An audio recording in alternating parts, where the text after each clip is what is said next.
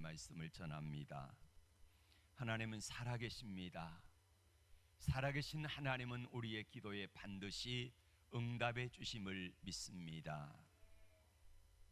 박순애 전도사님의 간증입니다. 저는 평생 간증을 들으면서 이분처럼 기구한 운명을 타고났다 그러나요? 그리고 이처럼 인생이 험악한 인생을 산 분이 있을까 싶을 정도로 참 힘들고 어렵게 살았던 분이 예수 믿고 나서 변화되어지고 멋진 삶을 살아가는 모습을 여러분들에게 소개하고자 합니다.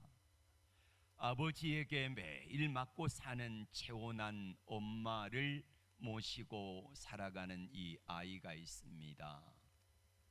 포항의 구룡포에서 살았다고 그래요. 아버지는 뱃사람이었고 가끔 이제 배를 타고 갔다가 들어오면은 어머니를 두들겨 패는데 어머니가 납작 그냥 뻗어야지, 그래야지 분이 풀려가지고 조금이라도 살아있고 앉아있으면은 참지를 못하는 그런 아버지 밑에서 살았다고 그래요.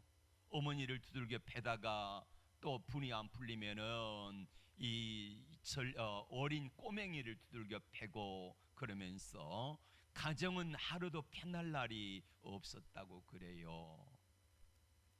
초등학교 3학년 때인가 이쯤 무렵에 어머니가 하도 견디다 못해가지고 친정집으로 도망을 가버린 겁니다. 그러니까 이 아이 혼자 남겨져 가지고 아이가 아버지의 그 폭정에 못 견뎌 가지고 집을 나가서 거지 생활을 하는 거지요. 요즘으로 말하면은 노숙자로 생활을 하는 겁니다. 여러분, 포항 바닷가에 칼바람이 얼마나 힘들고 무서워요.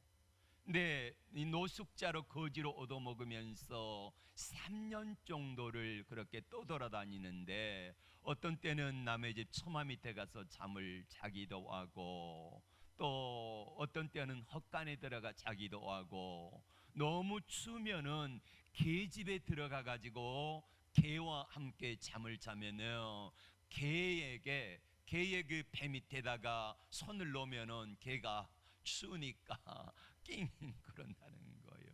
예. 그렇게 다니면서 3년 동안을 살았는데 먹을 게 없으니까 남의 집 구정물통에다가 손을 넣어가지고 그 안에 있는 거 혹시라도 나오는 밥불떼기 건져 먹고 그렇게 살았다고 합니다.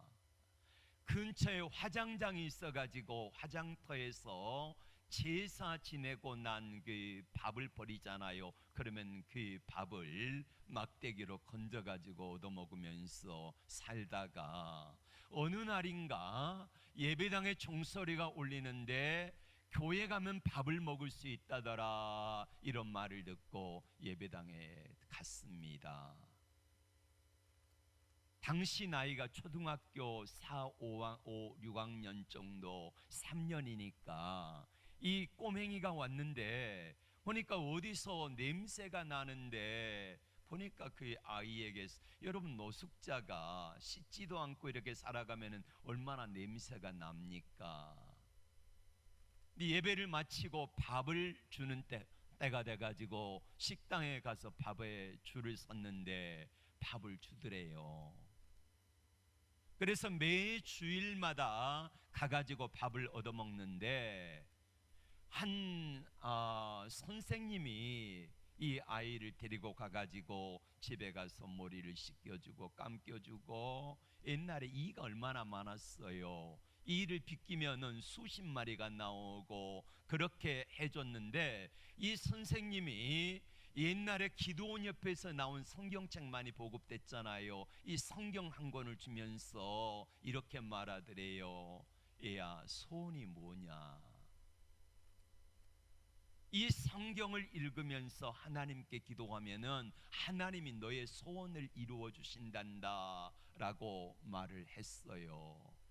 그때부터 이 아이는요, 이걸 보물처럼 끼고 눈물로 하나님께 기도합니다. 하나님, 엄마 만나고 싶어요. 엄마 만나고 싶어요. 3년 만에 엄마가 어디 계신 줄을 알았대요. 저기 경상북도 청송에 거기에 산골에 엄마가 살고 계시다는 사실을 알고 걸어서 거기까지 찾아갑니다. 찾아갔더니 움막 같은 곳에 살고 있는데 너무 좁아가지고 또 밥도 제대로 먹지 못하고 살아가니까 중학교 다닐 무렵에 3년간을 남의 집 식모살이를 보내더래요. 그래서 식모살이로 갔답니다. 새벽 4시에 일어나가지고 소주 끓이고, 그런데 밥도 제대로 먹지 못하고 매를 얼마나 많이 맞았는지 3년 식모살이 하다가 안 되겠으니까 엄마한테 집에 돌아와가지고 그래도 엄마 밑에서 배고라도 사는 게 낫겠다고 싶어서 엄마하고 같이 살게 됩니다. 그러다가 17살쯤 되어서인가요, 옛날 그 거지 시절에 교회 가가지고 밥 얻어 먹고 그랬던 따뜻한 기억을 이야기하면서 엄마에게 말했대요. 엄마, 그때 교회 가니까 따뜻한 밥 주더라. 다른 사람들은 나는 거지라고 쫓아내고 때리고 욕하고 그랬는데 교회 가니까 그러지 않고 나를 따뜻하게 씻겨주고 옷도 주고 먹여주고 하더라. 그러면서 이야기를 하니까 엄마가 말하더래요. 그 좋은 하나님 나 모르겠는데 나도 같이 믿자. 그리고 17살부터 교회를 가기 시작했다요, 엄마하고. 청송 시내까지 읍내까지 가려고 하면은 산을 3개를 넘고 마을을 2개를 지나가지고 가는데 20리 길이니까 20리면은 한 8km 됩니까? 8km. 1시간 반에서 2시간 정도를 걸어가야지 예배당을 가는 거예요. 그러면 예배를 드리고 오고 하다가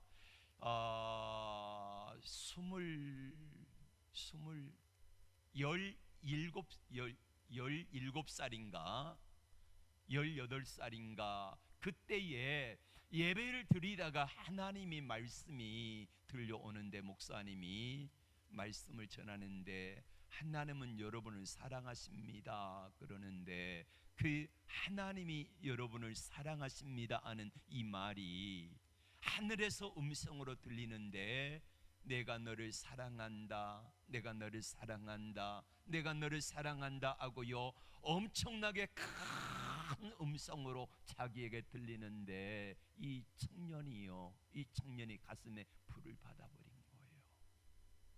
쉴 새 없이 눈물이 흐르고 그때부터 이제 성경을 필사하기를 4-5년을 했다네요.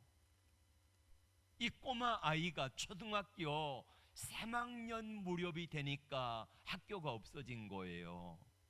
그래서 학력이 초등학교 3학년 다닌 게 전부고, 자기 겨우 이름 한자 쓸 수 있을 정도의 그 정도 실력인데, 그때부터 성경을 필사하는데, 이게 성경을 필사를 처음부터 끝까지 다 하다가 이게 한글이 깨쳐진 거예요. 글이 깨쳐지고 읽을 수 있게 되고 의미를 알게 되고 하나님께서 이런 은혜를 허락해 주신 거예요. 예. 그리고 23살부터 28살까지 이 청년이 마음이 너무 뜨거워서 하나님 앞에 새벽 기도회를 다니기 시작합니다. 산 3개 넘는다 그랬잖아요. 그러면은 얼마나 무서워요. 그래서 20리 길을 뛰어가면은 1시간 반 정도 걸린대요. 쏜살같이 뛰어가가지고 그렇게 해서 새벽 예배를 가면은 여러분 1시간 반 걸려서 왔으니까 잠깐 기도하고 일어나겠습니까? 몇 시간 동안 하나님 앞에 울면서 기도하는데 앞에 강대상이 이렇게 있고 옛날엔 밑에 소강대상이 이렇게 있었잖아요. 그러면은 소강대상 밑에서 엎드려서 하나님 앞에 무릎 꿇고 기도합니다. 그렇게 기도하면서 너무 주님이 좋고, 근데 먹고 사는 것도 힘든데 가니까 교회에 선생님들이 많더래요. 선생님들이 많아가지고 하나님께 기도하기를, 하나님 저도요 저 선생님들처럼 되는 게 소원이에요. 이게 기도 제목이에요. 그렇게 기도하면서 하나님, 저 선생님들은 주일날마다 파란 돈 10,000원짜리 하나님께 헌금을 드리는데 자기는 겨우 1,000원짜리 한두 장 드리는 게 많이 드려야 그렇게 드리는 거요. 나물 캐다가 도라지 캐고 약초 캐고 그래서 팔아가지고 드리는데 이게 소원이에요.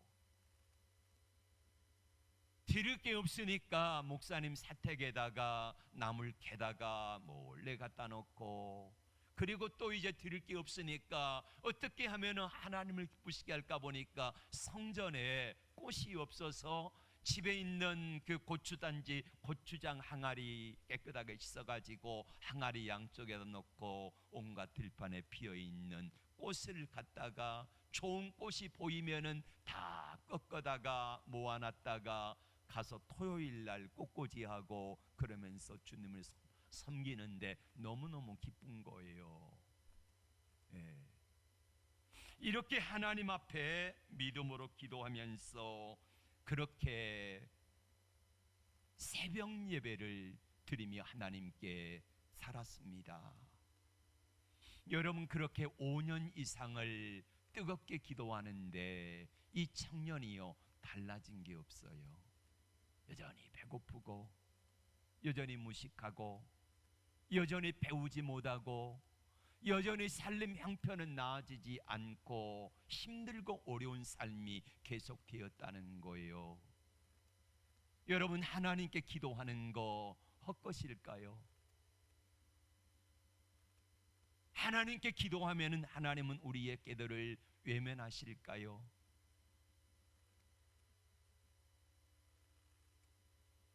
사람들이 그러더래요. 저 박순의 청년은 저렇게 열심히 하나님 앞에 새벽마다 몇 시간씩 걸어왔다가 걸어가고 몇 시간씩 엎드려 눈물로 기도하는데 형편이 전혀 나아지지 아니하니까 하나님이 계신가, 이렇게 의문시 된다고 이야기를 하는 거예요. 오늘 주님은 막달라 마리아에게 부활하신 주님이 찾아오셨습니다. 막달라 마리아가 부활하신 주일날 새벽에 무덤에 갔다가 부활하신 주님을 만나잖아요. 가서 보니까 무덤이 비어 있습니다. 아무도 없어요. 예수님을 쌌던 세마포만 가지런히 깨어 있고, 그리고 예수님의 시신이 없어진 걸 알고 제자들에게 달려가서 이야기를 했습니다. 그랬더니 베드로와 요한이 와서 그 사실을 보고 그리고는 무서워서 얼른 도망가 버리고 말았어요. 근데 마리아는 그 자리에 앉아서 울면서 하나님 앞에 기도하고 있을 때에 하나님이, 부활하신 주님이 마리아를 만나 주셨어요. 그리고 마리아에게 이렇게 말씀하셨습니다. 내가 부활한 사실을 제자들에게 빨리 가서 알려라 라고 말씀을 하셨습니다. 너무 기쁜 막달라 마리아가 달려가서 제자들에게 이야기를 했더니 뭐라고 말합니까? 마가복음 16장 11절에 보니까 제자들이 듣고도 믿지 아니하더라 이렇게 말합니다. 막달라 마리아가 예수께서 살아나셨다는 사실을 이야기했지만은 제자들이 믿지 아니하더라. 그래요, 막달라 마리아의 말은 못 믿을 수 있어요. 근데 두 제자가 예루살렘에서 엠마오로 내려가는 길에 주님이 동행하셨습니다. 그리고 말씀을 풀어주시고 함께 이야기를 하시고 떡을 떼면서 말씀을 풀어주시면서 축복하시는데 보니까 예수님이세요. 그리고는 사라지셨어요. 엠마오로 갔던 제자들이 다시 예루살렘에 돌아와 가지고 제자들이 숨어 있는데 와 가지고 이야기를 했습니다. 부활하신 주님을 우리가 만났다. 세 사람이 벌써 증인이잖아요. 근데 뭐라고 말씀합니까? 역시 믿지 아니하더라. 예수님이 살아생전에 부활하신다고, 십자가에 죽으셨다가 3일 만에 부활하실 거라는 사실을 4번씩이나 말씀하셨는데 역시 믿지 아니했다는 거예요. 궁금한 것은 우리 주님이 부활하신 것을 본 사람이 막달라 마리아, 그 다음에 엠마오로 가는 2 제자, 이 사람들이 세 사람의 증인이 이야기를 해요. 우리가 보았다, 똑똑히 보았다, 주님이 말씀하셨다, 이렇게 말씀하신데도 불구하고 왜 제자들은 믿지를 못했을까요? 왜 제자들은 유대인들이 두려워서 문을 꽁꽁 잠그고 숨어 있었을까요? 아마 이유는 그걸 거예요. 예수님이 부활하신 사실을 안 군인들이 보고를 했을 겁니다. 그러니까 막달라 마리아가 가기 전에 이미 부활하신 주님이 무덤 문을 열고 나오셨으니까 군인들이 놀라가지고 다 도망가 버렸겠지요. 예수님 부활하셨다는 사실을 이야기를 했을 겁니다, 제사장에게. 그랬더니 제사장이 뭐라고 말합니까? 군인들에게 돈을 많이 주면서 걱정하지 말아라, 대신에 이렇게 말해라. 예수의 제자들이 와가지고 예수의 시신을 훔쳐갔다고 해라 라고 말을 하게 했습니다. 자, 그 이야기를 제자들도 들었을 것 아니겠습니까? 그렇다고 하면은 곧 로마 군병들이 제자들을 잡으러 올 거예요. 그래서 두려워서 숨은 겁니다. 여러분, 아무리 그렇게 해서 두려워 숨었을지라도 세 사람의 제자들이, 세 사람의 증인들이 우리가 똑똑히 보았다, 주님의 말씀을 들었다, 그렇게 말씀하셨으면 믿을 법도 한데 왜 믿지 못하느냐는 거지요. 부활하신 주님을 믿지 못했던 제자들에게 주님이 나타나셨습니다. 문을 두려워서 꽁꽁 잠그고 있습니다. 우리로 말하면 몇 겹의 문을 잠그고 닫았겠지요. 숨을 죽이면서 그 안에 숨어 있었겠지요. 그런데 문을 열어주지도 않았는데 부활하신 주님이요 쓱 그 안에 들어오셨어요. 깜짝 놀랐습니다. 그리고 제자들에게 말합니다. 내 손의 못자국과 옆구리에 창자국을 보여주세요. 그러면서 제자들에게 너희가 나를 믿느냐라고 하셨겠지요. 믿을 수 있겠느냐라고 물으셨겠지요. 그때 제자들이 비로소 부활하신 주님이 진짜다라는 사실에 기뻐했다라고 말씀합니다.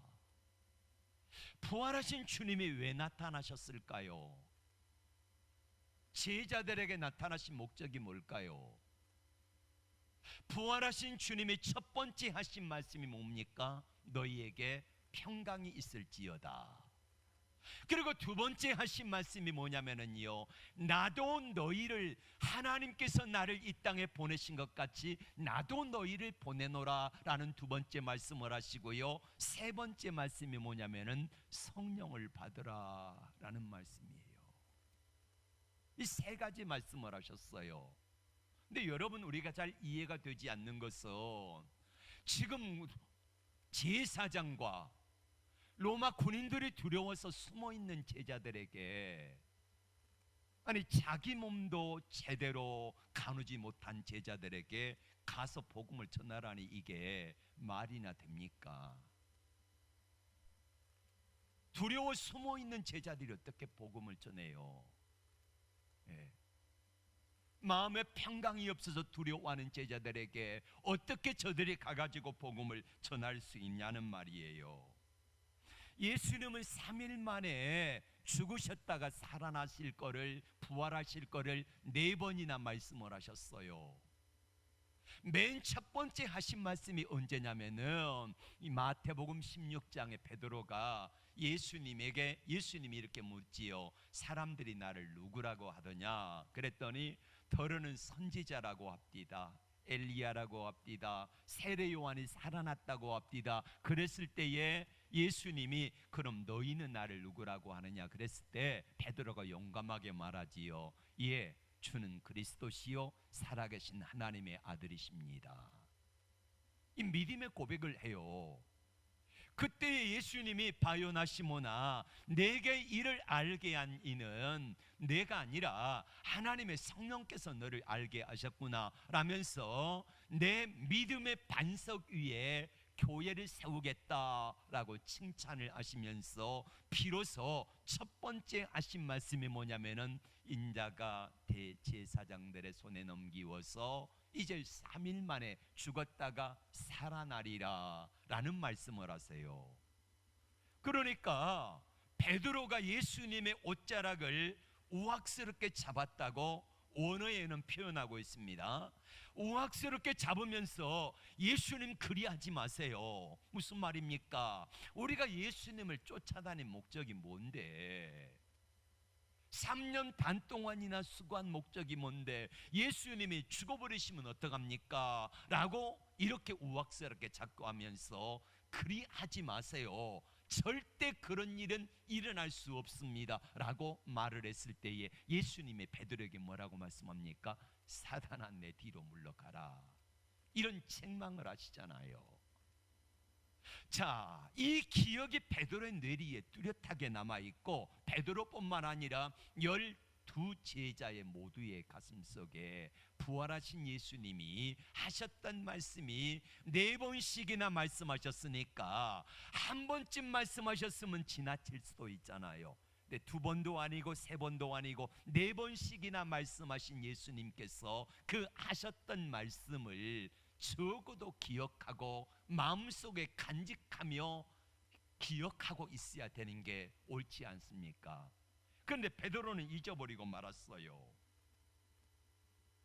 막달라 마리아가 증언했고 엠마오로 가던 2 제자가 증언했다고 하면은 믿었어야 되는데 믿었지를 못했다는 거예요. 그리고 주님께서는 나타나셔서 첫 번째 평강이 있을지어다, 2번째 내가 너희를 보내노라, 3번째 성령을 받으라 라고 말씀을 하셨어요. 부활하신 주님이 제자들에게 나타나셔서 사명을 감당하라고 하신 목적이 뭘까요? 하나님이 나를 보내신 것 같이 나도 너희를 보내노라고 하신 목적이 뭡니까? 주님이 이 땅에 오셔서 3년 반 동안 함께 하셨는데 그 3년 반 동안 함께 하시면서 하신 사역의 대부분은 뭡니까? 12 제자 양육하신 일이었어요. 12 제자 세우는 일이었어요. 그런데 12 제자들이 부활하신 주님을 믿지도 못하고 허무하게 무너지는 모습을 바라보면서 부활하신 주님은 가장 먼저 나타나가지고 제자들에게 하신 말씀이 너희에게 평강이 있을지어다, 그리고 아버지께서 나를 보내신 것 같이 나도 너희를 보내노라, 그러려면은 성령을 받으라 라는 말씀을 하신 거지요. 예수는 부활을 승천하시면서 마지막으로 하셨던 말씀이 뭡니까? 마태복음 28장 18절부터 말씀을 같이 한번 읽어볼까요? 마태복음 28장 18절부터 19, 20절에 예수께서 나와 말씀하여 이르시되 하늘과 땅의 모든 권세를 내게 주셨으니 그러므로 너희는 가서 모든 족속으로 제자를 삼고 아버지와 아들과 성령의 이름으로 세례를 주고 내가 가르쳐 분부한 모든 것을 지키게 하라. 볼지어다 내가 세상 끝날까지 너희와 항상 함께 있으리라 라는 약속의 말씀을 하셨습니다. 그리고 우리 주님께서는 저들에게 가라고 말씀하시면서 아무것도 들려주지 아니하시고 저들에게 가라고 하지 않으셨다는 거예요. 하늘과 땅의 권세를 주셨대요. 예수님은 요한복음 14장에서 16장에서 최후의 만찬석상에서 두 번이나 말씀하신 게 뭐냐면은 보혜사 성령을 보내겠다라는 약속을 하셨어요. 성령을 보내시겠다는 약속을 하시고 내가 떠나는 게 유익이다라는 말씀을 하시면서, 그리고 사도행전 1장 4절 5절 8절 말씀 우리 한번 다 같이 볼까요? 다 같이 시작. 그들에게 분부하여 이르시되 예루살렘을 떠나지 말고 내게서 들은 바 아버지께서 약속하신 것을 기다리라. 요한은 물로 세례를 베풀었으나 너희는 몇 날이 못되어 성령으로 세례를 받으리라 하셨느니라. 오직 성령이 너희에게 임하시면 너희가 권능을 받고 예루살렘과 온 유대와 사마리아와 땅 끝까지 이르러 내 증인이 되리라 하시니라. 아멘. 맞아요. 예수님께서 나타나셔서 부활하셔서 첫 번째 하신 말씀이 뭐라고요? 너희에게 평강이 있을지어다. 두 번째 하신 말씀이 뭐예요? 내가 너희를 보내노라. 세 번째가 뭐예요? 보내서 너희가 사명을 감당하려면 성령을 받으라 라는 이 세 가지 말씀을 하신 거예요. 그러면은 제자들이 사명을 받으려면은 어떻게 해야 됩니까? 성령을 받아야지요. 성령을 받으려면 어떻게 해야 됩니까? 기도하러 올라가야 되지요. 그래서 이제 마가 다락방으로 제자들이 올라갑니다. 가봤더니 사람들을 다 불러 모았겠지요. 우리가 부활하신 주님을 만났다. 부활하신 주님이 우리에게 이런 사명을 허락하셨다. 그러려면은 성령을 받으라고 했고 아버지 약속하신 것을 기다리라 그랬는데 그 약속하신 성령을 받으려면은 우리가 모여 기도하자. 그래가지고 마가 다락방에 모인 사람들이 120명쯤 됐다고 그래요. 거기는 남자도 있고 여자도 있고 해가지고 120명쯤 모였는데 이들이 하나님 앞에 간절히 기도할 때에, 자, 예수님이 부활하시고 나서 승천하시기까지 40일을 이 땅에 계셨거든요.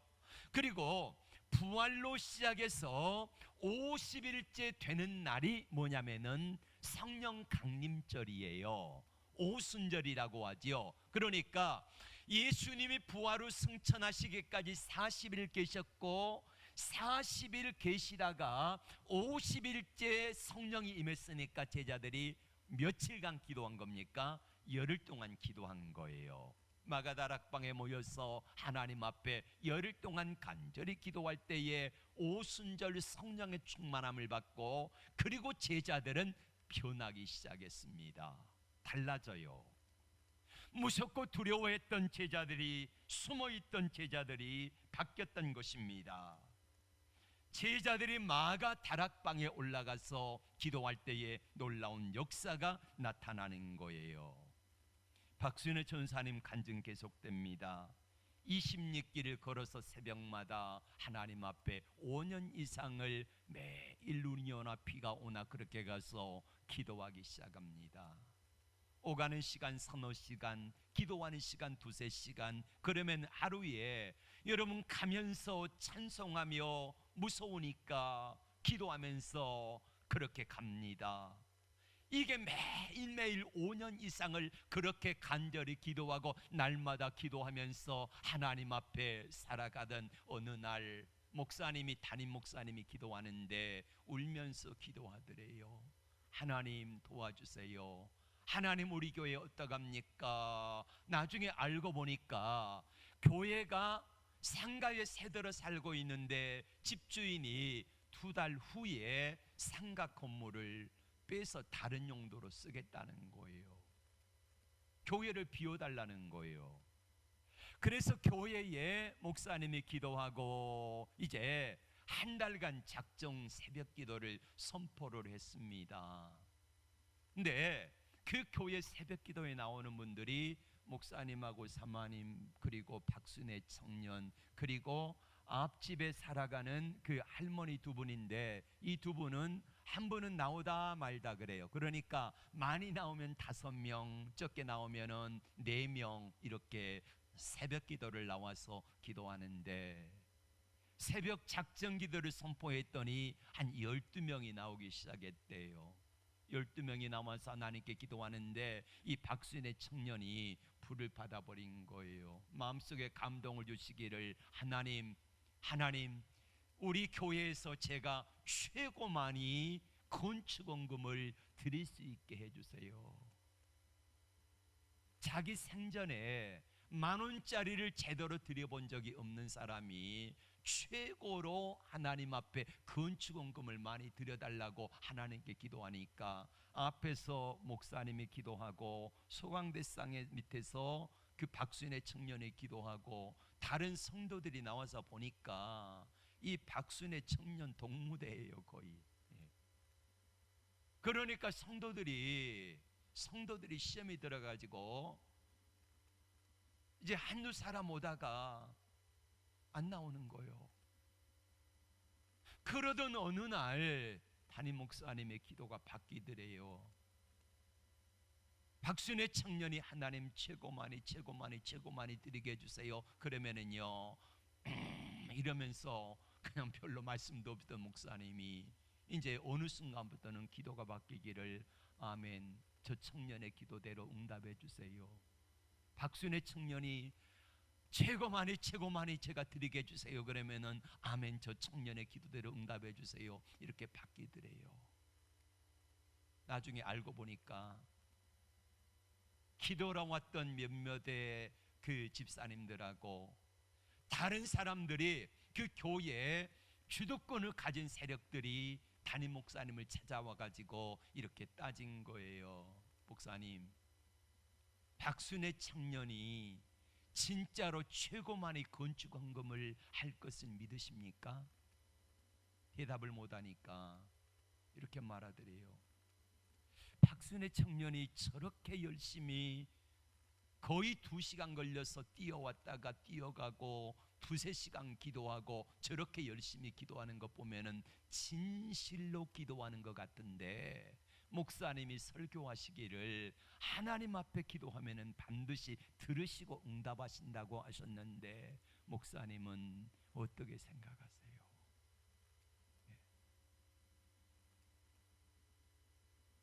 목사님도 자신이 없으니까 글쎄요 그랬더니, 그럼 이렇게 하겠습니다. 박순의 청년이 최고 많이 작정했다고 하는데 드리면은, 그러면은 우리도 그거 형편 봐가지고 건축금을 할 것이고, 박순의 청년이 저렇게 열심히 기도하는데 최고 많이 드리지 못하면은 하나님은 살아계신 하나님이 아니고 우리가 기도해도 응답하지 않으시는 하나님인 것 같으니까 우리는 건축원금 동참하지 않겠습니다.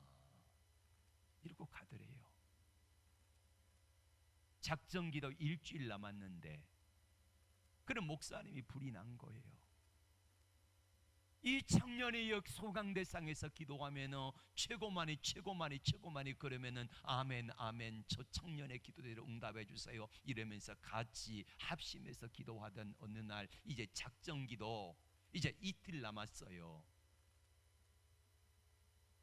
내일 모레 주일이면은 작정 기도하는 거를 이게 이제 드려야 되는 날이 온 거예요. 이틀 남았는데 이 청년이 보니까 뭐 자기는 진짜로 단돈 10만 원도 드릴 수 없는 형편인데, 드릴 수 없는 형편 처지를 보니까 낙심도 되고 절망도 되고, 그렇게 해서 그 새벽에 울면서 하나님께 기도하다가 새벽에 나가다가 뭐 이제 동이 막 터오는데 갑자기 하늘에 쫙 빛이 열리더니 갑자기 자기의 그 빛이 쭉 내려오더래요. 그러다가 멈추는데 그 빛 중간에 보니까 주님이 이 청년을 향하여서 이렇게 손을 들고 축복하시는 모습을 보이는 거예요. 그 자리에서 꼬꾸러져서, 주님, 제가 주님께 최고 많이 드리겠다고 하는 것을 사람들이 아무도 믿어주지 않아요. 저는 또 드릴 수 있는 힘도 없어요. 그러니 저 좀 축복해 주세요. 저 좀 도와주세요. 그렇게 기도하고 이제 집으로 돌아가는데 그 빛을 보는 순간에 자기 온몸이 불덩어리가 돼가지고 뜨겁게 온몸이 그렇게 변했어요. 어떻게 집에 오는지 몰라요. 네. 근데 그날 놀라운 일이 일어나는데요, 한 신사가 신문을 들고 왔더래요. 그러면서 여기 이 사람이 이 집에 삽니까? 라고 하는데 자기 얼굴이 신문에 난 거예요. 어떻게 된 사연이냐면은 이 청년이 참 인생이 기구하잖아요. 초등학교 시절에는 3학년까지 제대로 자기 이름이나 정도 쓸 줄 아는 거기까지 배웠고, 나머지 3년은 거지로 노숙자로 얻어먹고 살았고, 중학교 시절에는 남의 집에 식모살이 하며 살았고, 남은 청년 시절은 산골에서 약초 캐고 나물 뜯어먹고 살고, 이렇게 살았던 청년이 그 이야기가 아마도 사람들에게 전해져 가지고 청송교도소 소장이 들은 것 같아요. 와서 이야기를 좀 해달라, 그렇게 해서 이제 가끔 가는 거예요. 자기 이야기를 했어요. 여러분, 저 같은 사람도 살아가는데 여러분 힘내 사십시오, 이렇게 이야기를 했겠지요. 근데 80 넘은 할아버지 한 분이 이렇게 말하는 거예요. 선생님, 저요 겨울이 너무 추워서 누비 바지, 누비 내복 한 벌만 사주세요, 그러더래요. 그 당시에 누비 내복이 15,000원인가 이렇게 됐는데 그걸 도와줄 수 있는 형편이 안 돼가지고 마음속에 주님이 이거 신문사에 글을 써봐라 그랬대요. 글을 써봐라. 예. 그래서 글을 써가지고 보냈는데 한 달이 넘어도 실리지 않은 거예요. 그러니까 신문사의 독자 투고란에 하도 글이 많이 오니까 일주일 안에 실리지 아니하면은 끝나는 거랍니다. 버려진 거예요. 그런데 이 청년이 그렇게 열심히 하나님께 기도하고 간구했더니 딱 실린 게 언제 실렸냐면은 작정기도 이틀 남겨두고 딱 그날 아침에 실린 거예요. 그리고 신사가 그 신문지를 가지고 오면서 대뜸 하는 말이, 제가 얼마 정도 하면 되겠습니까? 교도소에서 있는 재소자들이 한 6,000명 된다 그러는데 그 사람들에게 1인당 얼마면 되겠습니까? 그러면 1인당 10,000원씩만 잡아도 6천만 원이잖아요. 예. 얼마면 되겠습니까? 그러자 이 청년이 울면서 그 사람에게 이렇게 기도합니다. 죄송하지만 저희 교회를 좀 도와주세요. 저희 교회가 이만저만한 사정이 있어가지고 제가 하나님께 감동을 받아가지고 작정을 했는데 최고 많이 드릴 수 있도록 해달라, 이렇게 작정했는데 아무도 사람들이 믿어주지 않아요. 우리 목사님도 안 믿는 것 같고 사람들도 안 믿고, 그리고 사람들이 제가 최고 많이 드리지 않으면은 하나님은 살아계신 하나님이 아니라 우리의 기도에 응답하지 아니하시는 벙어리 눈먼 하나님이라고 사람들이 그렇게 조롱해요. 그러니 어떡합니까? 재소자들을 돕는 것보다 저희 교회를 도와주세요 그랬더니 그분이 이렇게 말하더랍니다. 하나님 감사합니다. 제 기도에 응답하셨군요. 사정을 알고 보니까 이분이 장로님인데 이 장로님이 사업을, 중소기업을 인수해 가지고 했는데 너무너무 잘 된 거예요. 잘 되다 보니까 하나님이 부어주신 것을 제대로 관리하지 못하고 예전에는 그렇게 열심히 새벽 기도하고 11조하고 주일 성수하고 잘 섬기고 봉사했는데 주일날 사업을 핑계로, 골프 만남을 핑계로 주일 빼먹기를 참 자주 빼먹고 11조 떼먹고 온갖 못된 일하고 그러다 보니까 사업이 하루아침에 망하고 만 거예요. 회사 날아가고 빌딩 다 날아가고 이제는 거지가 된 겁니다. 그런데 하나님이 이 장로님을 시험하는데 딱 남은 게 뭐냐면 먼 사촌 친척 이름으로 사놓은 집안채가 딱 남아있더래요. 그래서 그 장로님이 하는 말이 가족들을 불러 모아놓고 우리 이거 팔아가지고 멀리 도망가서 살자 그랬는데 아이들이 그러더래요. 아빠, 기약 망한 거 우리 하나님 살아계시다고 하는데 하나님께 다 드리고 다시 시작합시다 그러더래요.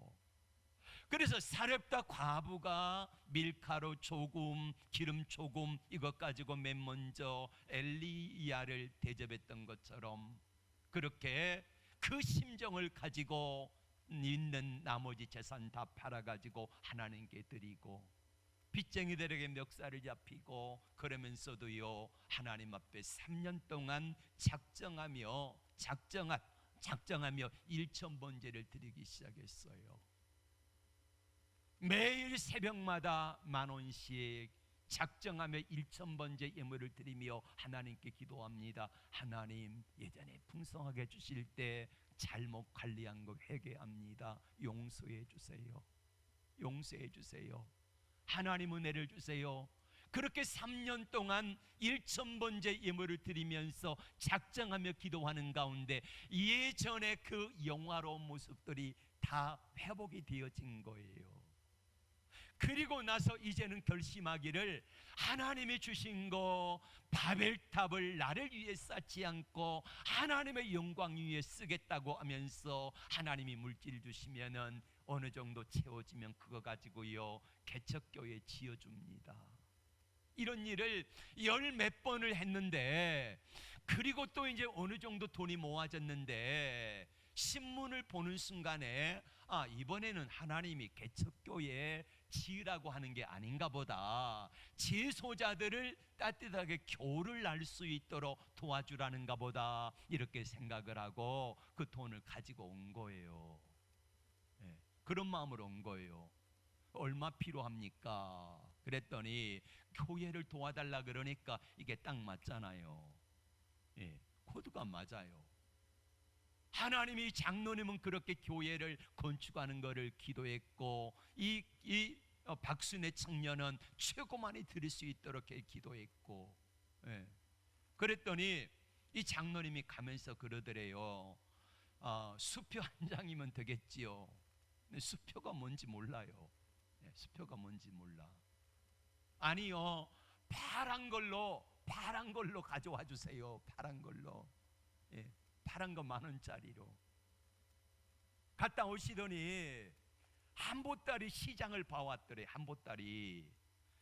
우리 장로님이 언제 시장까지 봐왔나 그랬더니 그 보따리 시장 보따리가 아니라 돈 보따리를 한 보따리를 가지고 온 거예요. 네. 그리고 교회를 가는데 저기가 우리 교회입니다. 그때 저는 여기까지만 가겠습니다. 그리고 장로님은 사라지고요. 이제 해가 어둑어둑 이제 넘어갈 무렵인데 이 박순애 청년이 울면서 사택을 두드리니까 이만한 보따리를 들고 왔거든. 목사님이 깜짝 놀라가 식사하시다가 쫓겨났냐고, 어디 도망가냐고, 안 되니까 도망가는 줄 알고 그렇게 생각하고 있는데 아니라고 풀어보시라고 풀어봤더니요 돈보따리가 있는 거, 푸른 돈보따리 뭉치가 요만하 있는 거요. 한해 목사님이 그걸 보고 입에 밥이 있는 상태로 기도합시다 그러더니 맨 먼저 기도하는 게요 뭐라고 기도하냐면은 하나님 죄송합니다. 하나님 저희 믿음 없음을 용서해 주세요. 뭐예요? 담임 목사님이 이 박순애 청년의 기도를 못 믿은 거지요.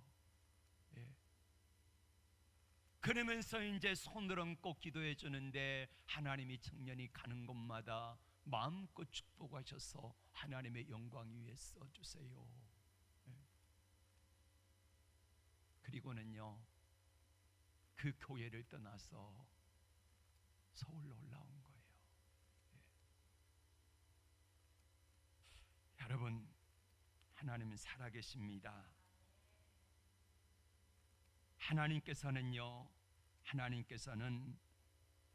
우리의 연약함을 다 아시고 하나님께서 우리의 기도에 반드시 응답하신 줄로 믿습니다. 근데 우리가 왜 기도하다가 중간에 포기합니까? 하나님 기도해도 소용없다 라는 하나님을 불신하는 불신앙 때문에 그러지 않겠습니까? 하나님에 대한 믿음의 확신이 없어서 그래요. 그래서 기도하지 않는 겁니다. 근데 여러분, 실망할 필요는 없어요. 저와 여러분만 그런 게 아니고 그 박순애 전도사님, 그 교회 담임 목사님이나 그 교회 성도들이나 여러분들이나 다 마찬가지로 믿지 못하는 것은 다 마찬가지예요. 예. 하기사 12제자도 못 믿었잖아요. 예수님과 3년 반 동안이나 동행했는데도 못 믿었잖아요. 4번이나 말씀하셨는데도 못 믿었잖아요. 막달라 마리아가 부활하신 주님 만났다 그래도 못 믿었고, 엠마오로 가는 2 제자들이 만났다 그래도 못 믿었잖아요. 그럼 어떻게 하면 믿을 수 있을까요? 제자들이 어떻게 회복이 되어져요?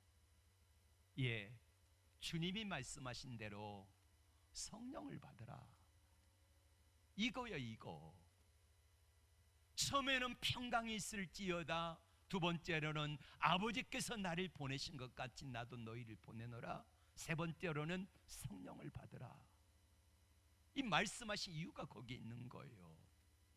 믿어지게 하는 역사도 성령 충만함을 받으면은요 믿어지고요, 성령 충만하게 되어지면은 마음의 평안도 오고요, 성령 충만하게 되어지면은요 내가 할 수 없는 것들도 하나님이 하게 하시면은 되는 역사가 나타나는 줄로 믿습니다. 유대인들이 두려워서 숨기에 바빴던 제자들이 마가다락방에 올라가서 열흘 동안 간절히 기도하다가 성령의 불을 받아버렸어요. 그러니까 성령의 불을 받아버리고 나니까 이제는 저들에게 거칠 게 없어요. 평강이요 강물처럼 흐릅니다. 두려움 사라져요. 염려 걱정 사라져요. 어떤 것들도 다 저들 앞에 문제가 되지 않아요. 그래서 베드로가 나가서 말씀을 전할 때에 3,000명이 회개하고 돌아오는 놀라운 역사가 나타나 버리잖아요.